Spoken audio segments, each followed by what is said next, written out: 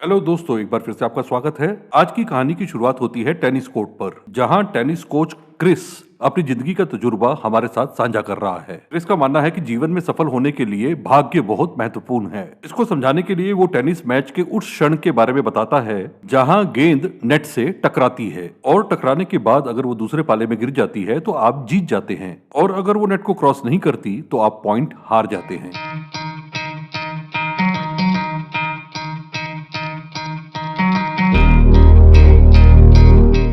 व्यावसायिक टेनिस से रिटायर होने के बाद क्रिस लंदन जाता है नौकरी ढूंढने के लिए। उसकी उपलब्धियों और तजुर्बे के चलते उसे नौकरी ढूंढने में ज्यादा तकलीफ नहीं होती। कोचिंग के पहले दिन ही क्रिस टॉम ह्यूवेट से मिलता है। कोचिंग के बाद वो दोनों बैठकर टेनिस और अपनी रुचियों के बारे में बात करते हैं। टॉम एक संपन्न परिवार से है और जब उसे पता चलता है कि क्रिस को ओपेरा में इंटरेस्ट है तो वो उसे अगले दिन अपने परिवार के साथ ओपेरा देखने के लिए बुलाता है। अगले दिन ओपेरा शुरू होने से पहले टॉम क्रिस को अपने माता पिता और अपनी बहन क्लोई से मिलाता है। क्लोई क्रिस से मिलते ही मंत्रमुग्ध हो जाती है। वो अपने भाई से क्रिस को अगले वीकेंड पर अपने फार्म हाउस पर आमंत्रित करने के लिए आग्रह करती है। वहां लंच से पहले क्रिस क्लोई को भी टेनिस की कोचिंग देता है। प्रैक्टिस के बाद क्लोई क्रिस से पूछती है कि वो इतना अच्छा टेनिस कैसे खेलता है। क्रिस बताता है कि इसमें उसके कोच का बहुत बड़ा हाथ है। क्लोई जानना चाहती है कि क्या वो जिंदगी भर टेनिस का कोच ही रहेगा। अब क्रिस बताता है कि सबकी तरह उसके भी जीवन में बहुत बड़े सपने हैं, लेकिन जब तक वो अपनी मंजिल तक नहीं पहुंचता वो कोच ही रहेगा। क्लोई को उसका व्यक्तित्व बहुत पसंद आता है और वो उसे डेट करना चाहती है। कपड़े बदलकर जब क्रिस नीचे उतरता है तो वो नोला राइस को एक गेस्ट के साथ टेबल टेनिस खेलते हुए देखता है। उस गेस्ट को हराने के बाद नोला क्रिस को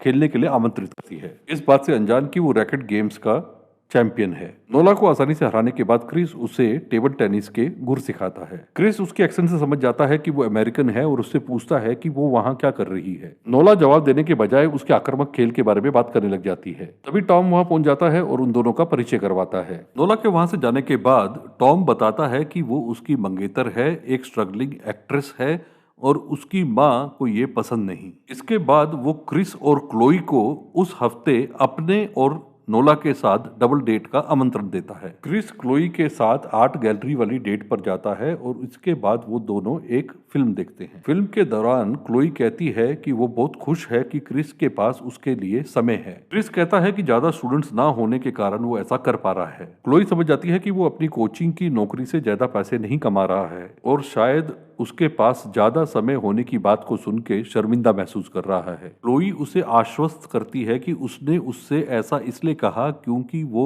उसे पसंद करती है। ये सुनकर क्रिस उसे किस कर देता है। क्लोई अगले ही दिन अपने पिता से क्रिस की सिफारिश करती है। उसकी माँ ये सुन लेती है और उसे संयम रखने के लिए कहती है। वो तंज कसती है कि वो अपने बेटे और अमेरिकन एक्ट्रेस के रिश्ते से पहले से ही परेशान है। क्लोई नोला का पक्ष लेती है और कहती है कि एक्ट्रेसेस ज्यादातर भावुक होती हैं। उसकी माँ अब भी नोला को अपने बेटे के लायक नहीं समझती। अगली शाम क्लोई जब क्रिस से मिलती है तो वो उसे बताता है कि उसे उसके पिता के सहयोगियों से एक जॉब के लिए कॉल आया था। क्लोई ये सुनकर बहुत खुश होती है। तभी टॉम और नोला भी वहां आ जाते हैं उनकी डबल डेट डिनर के लिए। डिनर से पहले बातचीत के दौरान क्रिस को पता चलता है कि नोला को भी उसकी तरह विंटेज कार्स में इंटरेस्ट है। क्रिस नोला से पूछता है कि क्या उसने अब तक किसी फिल्म में एक्टिंग की है। नोला बताती है कि उसने अभी तक सिर्फ एड्स में ही काम किया है, फिल्मों में नहीं। यहाँ क्रिस अपनी भाग्य यानी कि लक वाली थ्योरी को दोहराता है। नोला कहती है कि वो अपने एक्टिंग के करियर को लेके कश्मकश में है और उसके शहर वाले शायद उसे एक असफल अभिनेत्री मानते हैं। यह सुनकर क्रिस को मन ही मन में उसके लिए दया आ जाती है। अगले दिन क्रिस बिजनेस एग्जीक्यूटिव के जॉब के लिए एलन और रॉड से मिलता है। सभी डिटेल्स जानने के बाद वो अगले महीने की 1 तारीख से ज्वाइन करने के लिए तैयार हो जाता है। क्रिस ये खुशखबरी क्लोई को सुनाता है और उसे भेंट में एक ओपेरा एल्बम देता है। क्लोई बताती है कि उसके भाई ने एक बार फिर से उसे डबल डेट के बारे में पूछा था, लेकिन उसने मना कर दिया। लेकिन नोला से दोबारा मिलने का मौका देखकर क्रिस उसके लिए राजी हो जाता है। मूवी स्क्रीनिंग से पहले टॉम उन्हें बताता है कि सर में दर्द होने के कारण नोला आ नहीं सकी। ये सुनकर क्रिस निराश हो जाता है। अगले दिन महंगे कपड़ों की शॉपिंग करके लौटते हुए क्रिस को नोला मिलती है। वो एक ऑडिशन के लिए जा रही है। क्रिस उसे सपोर्ट करने के बहाने उसके साथ चल पड़ता है। नोला का ऑडिशन ठीक नहीं जाता और वो अपने गम को हल्का करने के लिए पीना चाहती है। क्रिस उसका साथ देने के लिए तैयार हो जाता है। बातचीत के दौरान क्रिस को पता चलता है कि नोला के पिता उसके परिवार को बहुत पहले छोड़कर चले गए थे। नोला की एक बहन भी है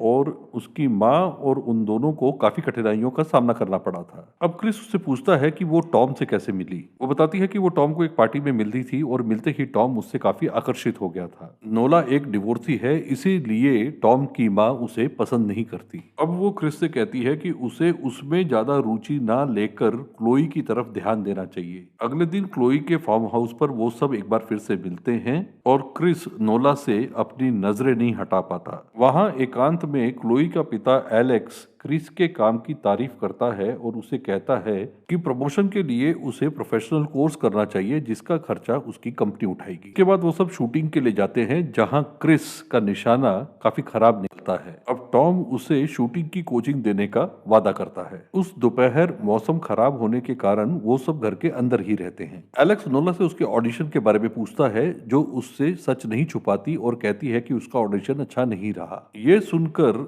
टॉम की माँ एलोनोर उस पे तंज कसती है जिसकी वजह से टॉम और उसकी माँ में बहस हो जाती है और नोला वहां से चली जाती है। क्रिस उसे बारिश में भीगता हुआ देखता है और उसके पीछे पीछे चला जाता है। आखिरकार टूटी हुई नोला और आकर्षित क्रिस एक दूसरे की बाहों में आ जाते हैं। अगले दिन वो सब ओपेरा देखने जाते हैं। नोला का फोन बजता है, वो कॉल के लिए बाहर जाती है। क्रिस उसका पीछा करता है। क्रिस उससे उसकी बेरुखी की वजह पूछता है। नोला कहती है कि फार्म हाउस में उन दोनों के बीच में जो भी हुआ वो एक गलती थी। क्रिस ये मानने को तैयार नहीं है। वो उसे किस करने की कोशिश करता है लेकिन नोला उसे रोक देती है। अगले दिन महंगी शॉपिंग के बाद क्रिस के सामने उसका पुराना दोस्त हेनरी आ जाता है लेकिन क्रिस उससे जल्दी मिलने का वादा करके वहां से कट लेता है। बहुत जल्द क्रिस की किस्मत बदलती है और उसकी और क्लोई की शादी हो जाती है। अब वो दोनों एक साथ एक बहुत ही आलीशान घर में रहना शुरू कर देते हैं और क्लोई को फैमिली स्टार्ट करने की जल्दी लग जाती है। उसी दौरान टॉम और नोला का ब्रेक ऑफ भी हो जाता है। अब क्रिस नोला को कांटेक्ट करने की कोशिश करता है लेकिन उसका नंबर अनअवेलेबल आता है और जब क्रिस नोला के घर पहुंचता है तो उसका मकान मालिक बताता है कि वो वहां से चली गई है। क्लोई क्रिस को रिझाने की कोशिश करती है लेकिन वो थकान का बहाना करके मुंह फेर लेता है। टॉम और उसकी नई गर्लफ्रेंड भी बहुत जल्द शादी कर लेते हैं। एक शाम थका हारा क्रिस अपनी बीवी के कहने पर काम से आर्ट गैलरी में जाता है। वहां उसे नोला मिलती है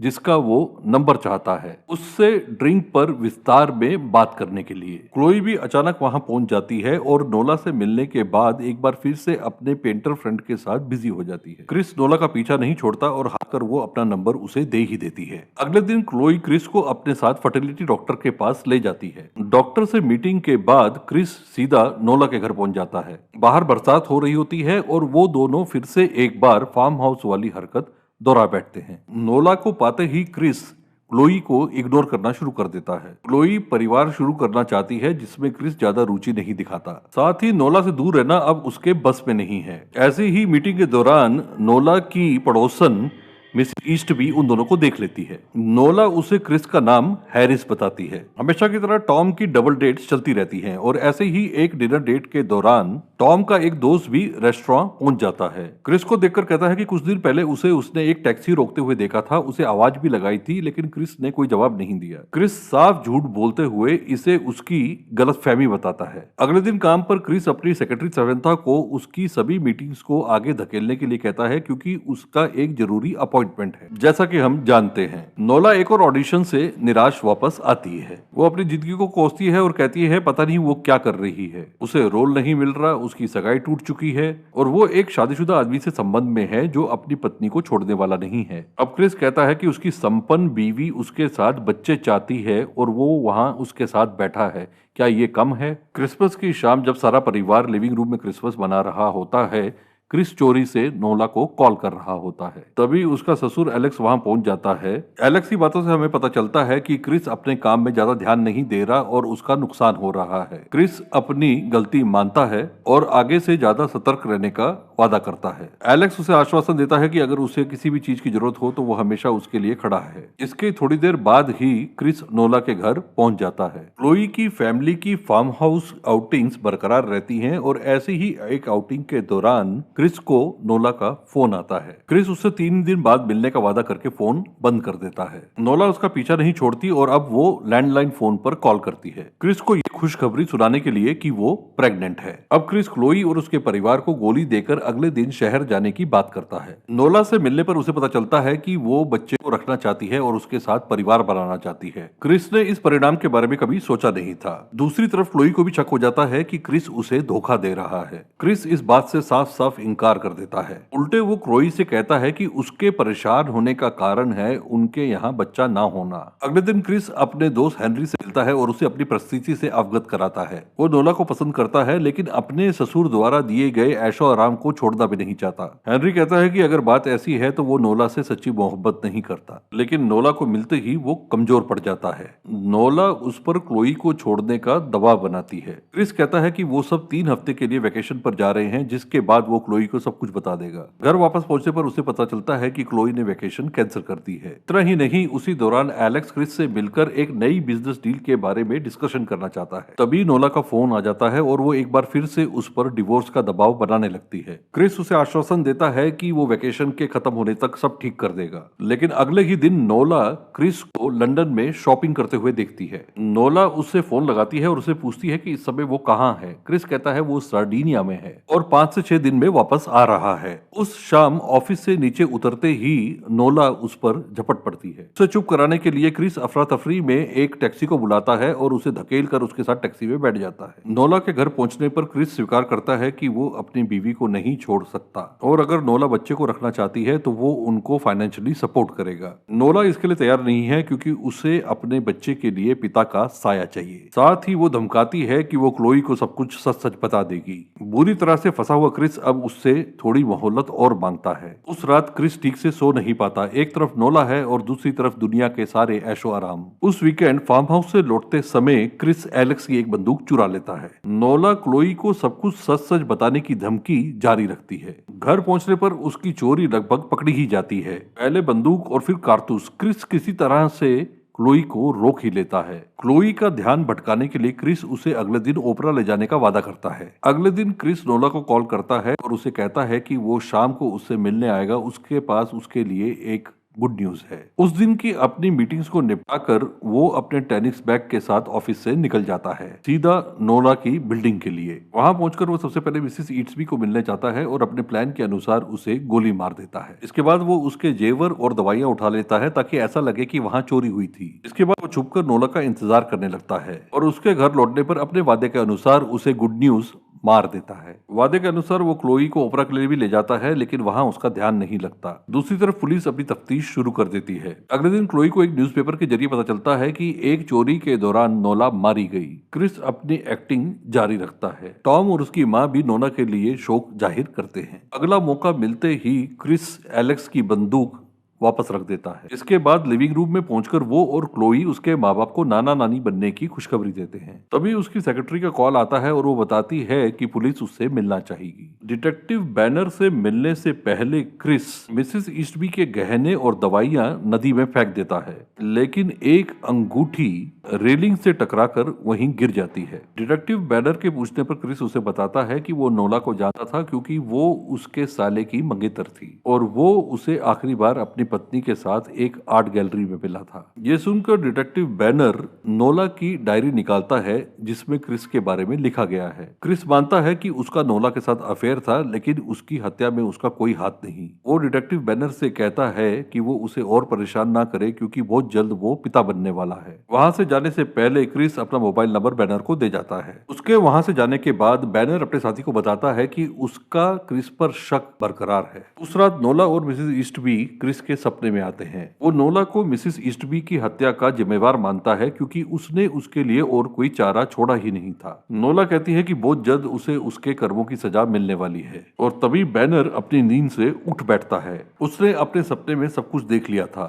वो उसी वक्त स्टेशन दौड़ता है और अपने साथी को जाकर बताता है कि क्रिस ने ही नोला की हत्या की है और उस पर शक ना जाए इसलिए उसने मिसिस ईस्टबी के घर चोरी का नाटक किया था और वहां से वो सीधा थिएटर पहुंच गया था क्लोई को ओपरा दिखाने। अब उसका साथी उसे बताता है कि वो गलत है, केस सॉल्व हो चुका है। बीती रात एक और चोरी के दौरान एक ड्रग एडिक्ट मारा गया और उसकी जेब से मिसिस ईस्टबी की अंगूठी मिली है। क्लोई क्रिस के बेटे को जन्म देती है जिससे उसके घर वाले बहुत खुश हैं, लेकिन लकी क्रिस को कोई चीज अंदर ही अंदर खाए जा रही है।